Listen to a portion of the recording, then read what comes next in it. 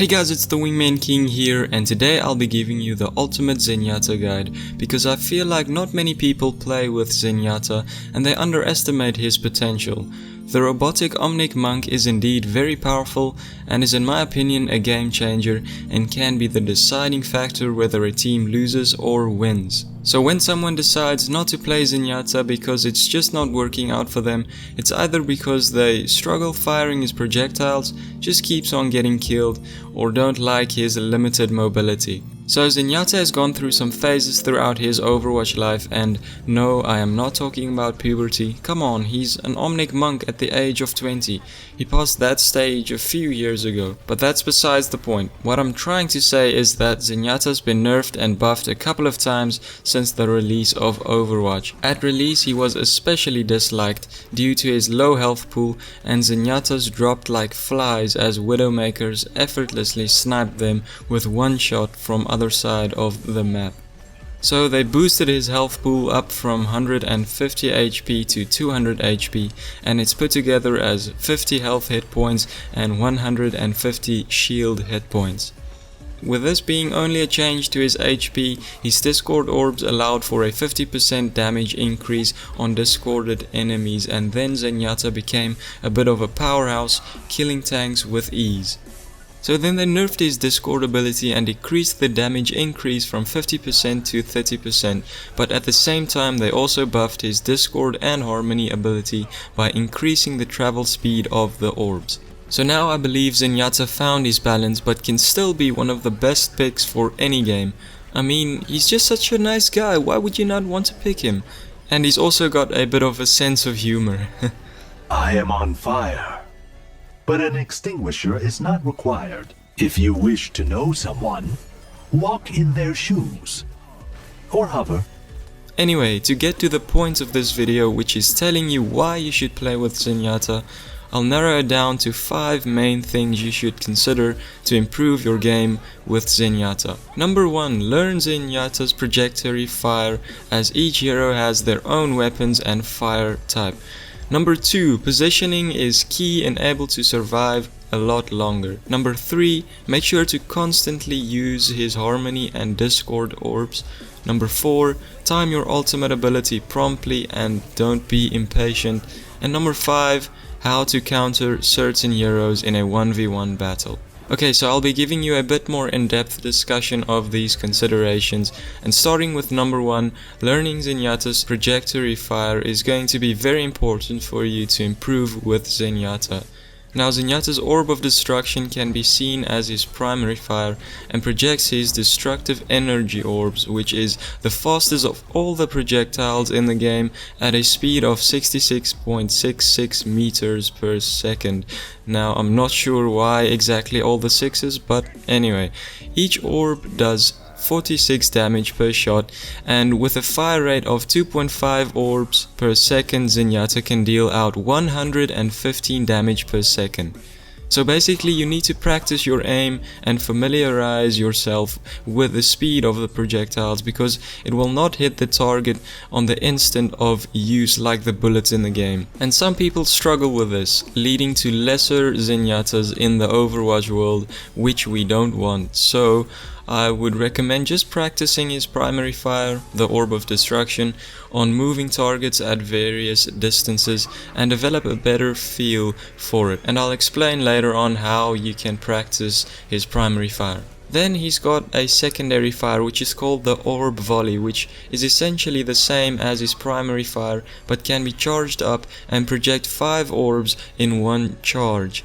It'll take 4 seconds to fully charge and 1.1 seconds to fire all 5 orbs. The damage and speed of the Orb Volley is exactly the same as his primary fire. And personally, I don't use the Orb Volley that much, as I don't really often see an opportunity for it. But if you can time it right and get a straight line of fire, you can do a lot of damage, 230 DPS if you can hit every shot.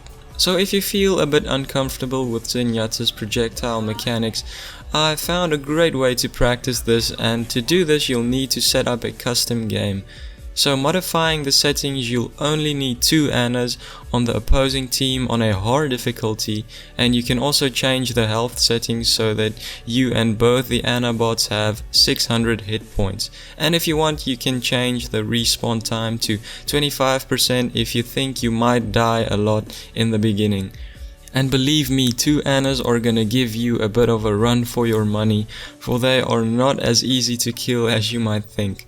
But it's a great way to practice your aim with Zenyatta because the Anna bots are very mobile and moves around a lot, which will really help you get used to the travel time of the projectiles and staying locked on to the enemy. So when doing this practice, try to alter your distance from the 2 Anna bots to not get used to one specific distance whilst firing his projectiles. And if you do this practice for a few times, whenever, you'll see that your aim will significantly improve and you'll feel a lot more comfortable playing with Zenyatta in games.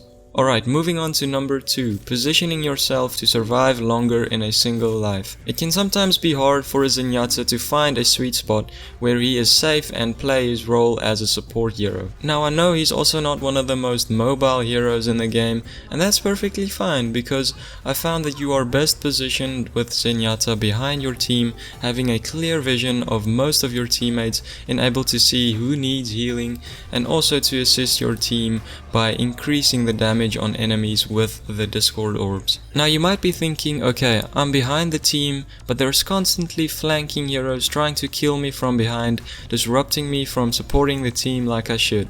And yes, this will happen, but you've been practicing your aim, which means your chances of winning in a 1v1 battle is already higher. But if you find that you just can't deal with a super annoying Genji or Tracer flanking from behind, just let your team know to help you out.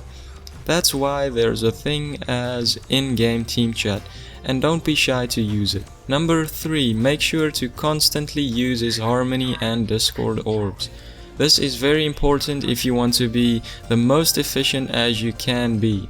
So prioritizing the use of your abilities can have a huge impact in supporting your team. In a standard team composition, the offensive heroes are often the first to take damage as they are constantly pushing towards the enemies, therefore making sure to assist a flanking Genji, for example, with a Harmony orb will enable him to quickly jump into fights, taking less damage due to the healing of the orb, and jump back out to regain his full health.